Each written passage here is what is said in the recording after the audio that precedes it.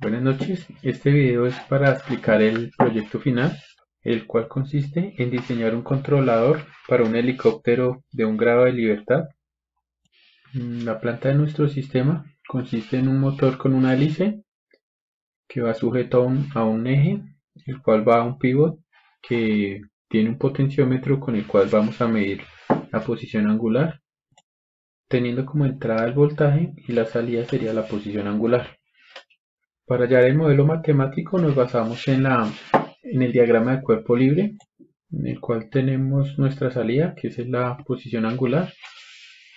Consideramos la fuerza de gravedad, la fuerza de empuje de la hélice, la masa de la hélice y el motor, la masa del balancín, la distancia del balancín al pivot y la distancia del motor al pivot, donde necesitamos las siguientes ecuaciones para hacer nuestro modelamiento matemático.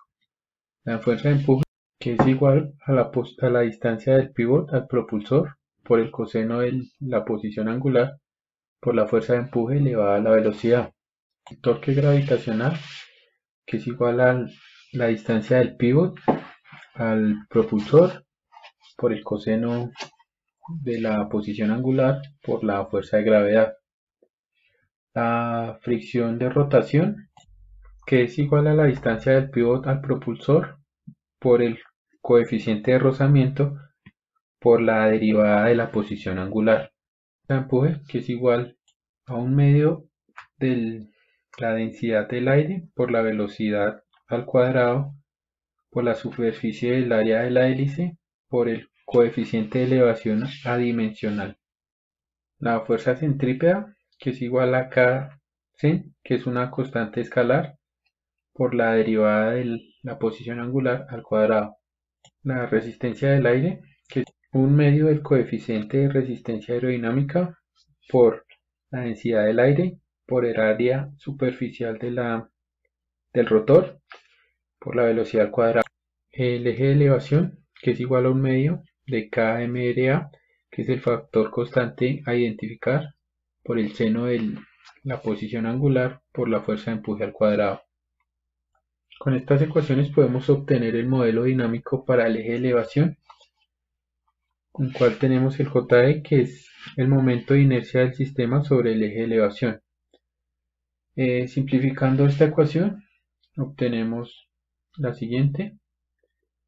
Reemplazamos para dejar todo en función de la posición angular, obteniendo esta ecuación, que es el momento de inercia del sistema sobre el eje de elevación por la segunda derivada de la posición angular, que es igual a KE, que es la constante de fuerza de elevación del propulsor por la distancia del pívot al propulsor por el voltaje del motor, más la distancia del pívot al propulsor por la fuerza de gravedad por el ángulo, por la posición angular, más la distancia del pívot al propulsor por el coeficiente de rozamiento por la derivada de la posición angular. Despejando la salida sobre la entrada, nos queda esta ecuación. Reemplazando los valores que obtenemos de esta tabla, que serían los medios físicamente, que estos los obtuvimos de internet, obtenemos la ecuación de transferencia con la que trabajamos. Acá tenemos la imagen de la simulación de cómo se resolvió la ecuación. Para resolverla primero toca despejar la segunda derivada. Entonces nos daría que la sumatoria de la entrada más la posición angular más la derivada de la posición angular es igual a la segunda derivada de la posición angular.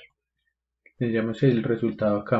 Al integrar la segunda derivada obtendríamos la primera derivada y al integrar la derivada obtendríamos la posición angular. Acá tenemos cómo sería ya el circuito pues simulado en Proteus con amplificadores operacionales. Básicamente lo mismo, despejamos la segunda derivada para resolver la ecuación. Entonces tenemos un sumador, el cual nos daría como respuesta la segunda derivada de la posición angular. Después tenemos el amplificador como integrador para obtener la derivada de la posición angular, la cual nos daría invertida porque es un integrador inversor. Entonces ponemos un inversor con ganancia de 1 para obtener la respuesta que se retroalimenta al sumador. Después tendríamos el otro integrador, el cual ya nos daría como respuesta la posición angular, que también se retroalimenta al sumador. Las ganancias de retroalimentación nos las dan las constantes del sistema, que van acompañadas de cada variable. Bueno, retomando lo dicho por mi compañero Johannes, procedemos a explicar nuestra segunda entrega, la cual pues consistía en aplicar el método Smith a nuestra función de transferencia de segundo orden y así obtener una función de transferencia de primer orden como la que tenemos acá. Vemos que pues este fue el código que utilizamos en MATLAB para graficar en este caso pues nuestra función de transferencia de segundo orden y de primer orden, la cual pues vamos a comparar ahorita al final. Por el momento no vamos a ver toda la gráfica sino al final, donde vamos a comparar en este caso pues cómo se comportan mis dos ecuaciones de transferencia. Entonces pues para nuestra función de transferencia, para poder calcular nuestra función de transferencia, se tuvo en cuenta la respuesta que se obtuvo al aplicarle un escalón a nuestra ecuación de transferencia de primer orden, de segundo orden digo, la cual nos da un tiempo de establecimiento de 1.59, ¿cierto? Lo cual vamos a tomarlo como valor final. Teniéndose en cuenta, pues, según los parámetros que nos da el método Smith, dice que hay que ubicar dos puntos en nuestra gráfica, los cuales van a corresponder al 63,2% y al 28,3% de nuestro valor final. Entonces, pues teniendo eso en cuenta, pues obtenemos nuestro punto 2 y nuestro punto 1, ¿cierto? Los cuales pues vamos a mirar, a ubicarlos en nuestra gráfica y vamos a ver el tiempo de cada uno. Entonces, en este caso, pues tenemos acá nuestro T1 y nuestro T2, que son los puntos que ubicamos a partir de los resultados que obtuvimos, los cuales pues vamos a tomarnos los tiempos de cada uno, que serían 0.568 y 1.7, los cuales nos permitirán calcular nuestro tau y tiempo muerto. Teniendo eso en cuenta, pues hacemos uso de lo que nos dice el método Smith, utilizamos en este caso las columnas A y B para calcular nuestro tau. Entonces pues multiplicamos nuestra columna A por nuestro T1 más la columna B, el valor que tiene la columna B por nuestro tiempo 2, lo que nos da un tau de 1.73 segundos. Y para nuestro tiempo muerto prácticamente es lo mismo, pero simplemente que hacemos uso de las columnas C y D, ¿cierto? Lo que nos da un tiempo muerto de 2 por 10 a la menos 3 segundos, o 0.002 segundos. Teniendo eso en cuenta, ¿cierto? Pues ya digamos que hemos calculado lo que necesitamos, nos faltaría solamente la ganancia, la cual pues sabemos que es el valor final, ¿cierto? Sobre nuestra entrada. Entonces en este caso pues nuestra entrada fue un escalón, entonces por eso es 1 menos 0, que sería nuestra entrada de escalón. Luego de eso pues procedemos a hallar nuestra función de transferencia de primer orden, la cual pues como sabemos sería la ganancia por nuestro tiempo muerto, ¿cierto? El tiempo muerto pues sabemos que se lo ponemos como exponente sobre nuestro tau más 1. Y así quedaría nuestra función de transferencia de primer orden. Teniendo eso en cuenta, pues vemos acá nuestra función que utilizamos, nuestra función de segundo orden, con los datos que pues básicamente fueron investigados. Al momento que aplicamos un escalón a cada una de nuestras ecuaciones de transferencia, vamos a obtener las siguientes respuestas, las cuales vemos acá. Nuestra función de transferencia de primer orden, nuestra ecuación de transferencia de segundo orden, es nuestra línea azul, y nuestra ecuación de transferencia calculada por el método Smith es la línea roja. Vemos que pues su comportamiento es muy similar, ¿cierto? Entonces, podríamos decir que se comportan muy similar y es lo que queríamos obtener. Luego de eso, pues nos decía que teníamos que, aparte, digamos, de calcular nuestro método Smith, que nuestro sistema se comportara en este caso entre 0 y 5 voltios, ¿cierto? Teniendo eso en cuenta, pues para eso lo que hicimos fue, después de graficar en nuestro Simulink, nuestra ecuación de segundo grado, ¿cierto? Lo que hicimos fue aplicarle un bloque de ganancia, el cual está este lado, para que nuestro sistema se comportara en los rangos, entre los parámetros solicitados. En este caso, pues vamos a ver la respuesta que obtuvimos. Vemos que ya no es 1.59, sino que pues ya se comporta, en este caso, entre 0 y 5 voltios. Vemos acá nuestro 5, ¿cierto? Pero pues vamos a también a compararla con nuestra entrada, que esa fue nuestra respuesta inicial, por decirlo así. Sería nuestra función de transferencia en lazo abierto. Y aquí ya pues en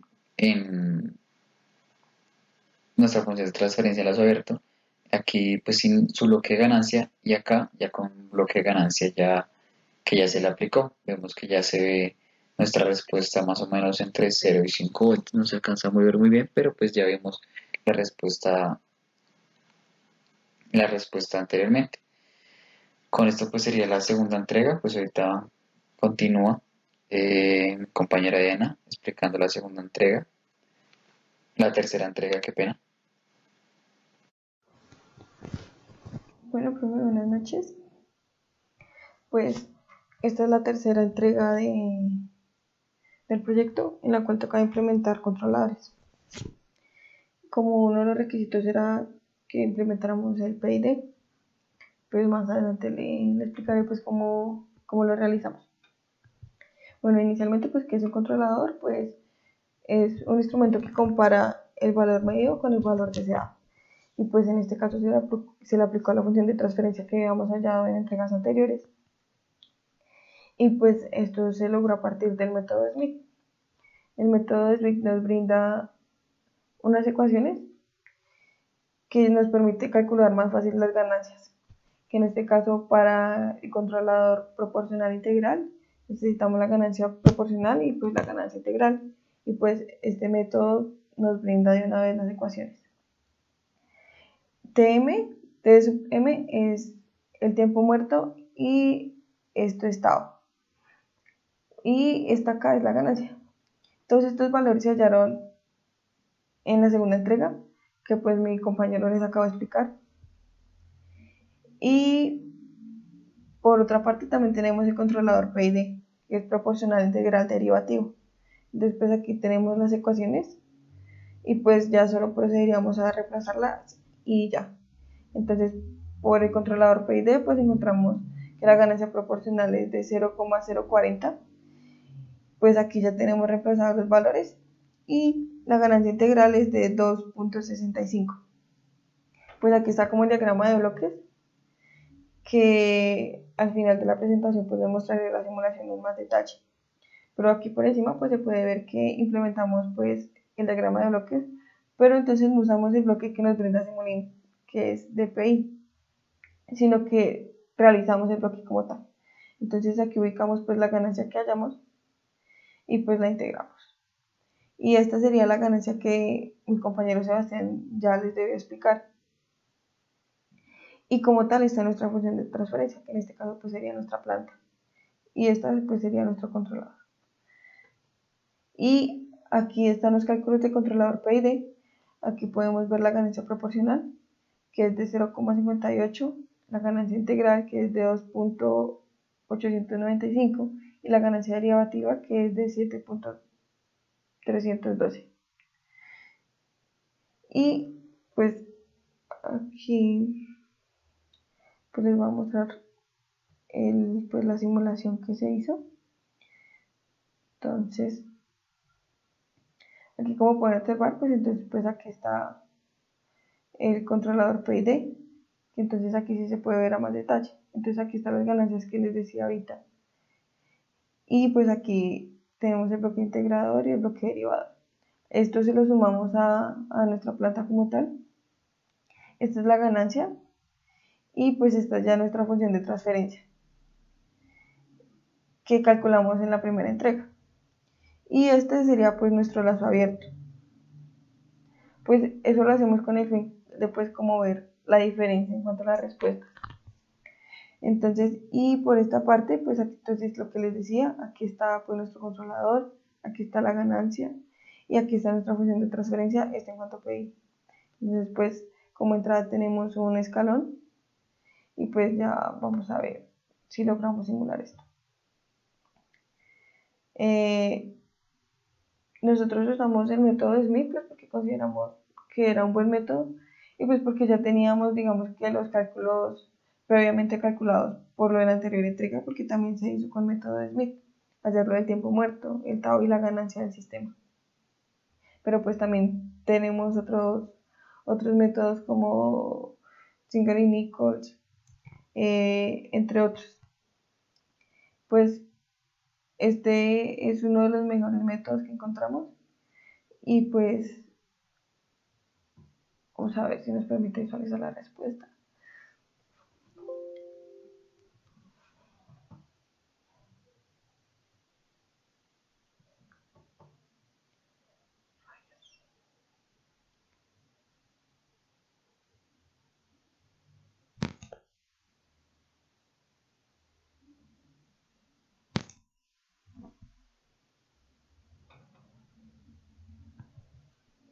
Bueno, entonces aquí ya nos aparece el scoop. Entonces, mire, aquí tenemos la señal azul, es la de la entrada, que en este caso sería ese camino que se ve aquí. La señal PID es la amarilla. Pues digamos que aquí estamos teniendo un problema en cuanto a la respuesta, se demora un poquitico más en estabilizarse, le cuesta un poco más de tiempo. Esta, la naranja, es la señal en lazo abierto, que es donde está solo nuestra señal de transferencia. Y la señal verdecita es nuestra señal PI. Entonces aquí, como nos podemos dar cuenta, la señal PI se estabiliza mucho más rápido que la de PID. Y pues el overshoot más grande de la PID es de 1,7 más o menos. Y el otro es más o menos como en 1,3, más o menos como un cuarto. Entonces, pues eso nos quiere decir que está relativamente bien. Nuestro único inconveniente pues es que se demora un poco más en estabilizarse, pero pues eso ya es como la cuestión del método que usamos. Y pues ya eso sería todo por esta entrega y pues así ya quedaría como tal nuestro diseño en cuanto a Simulink.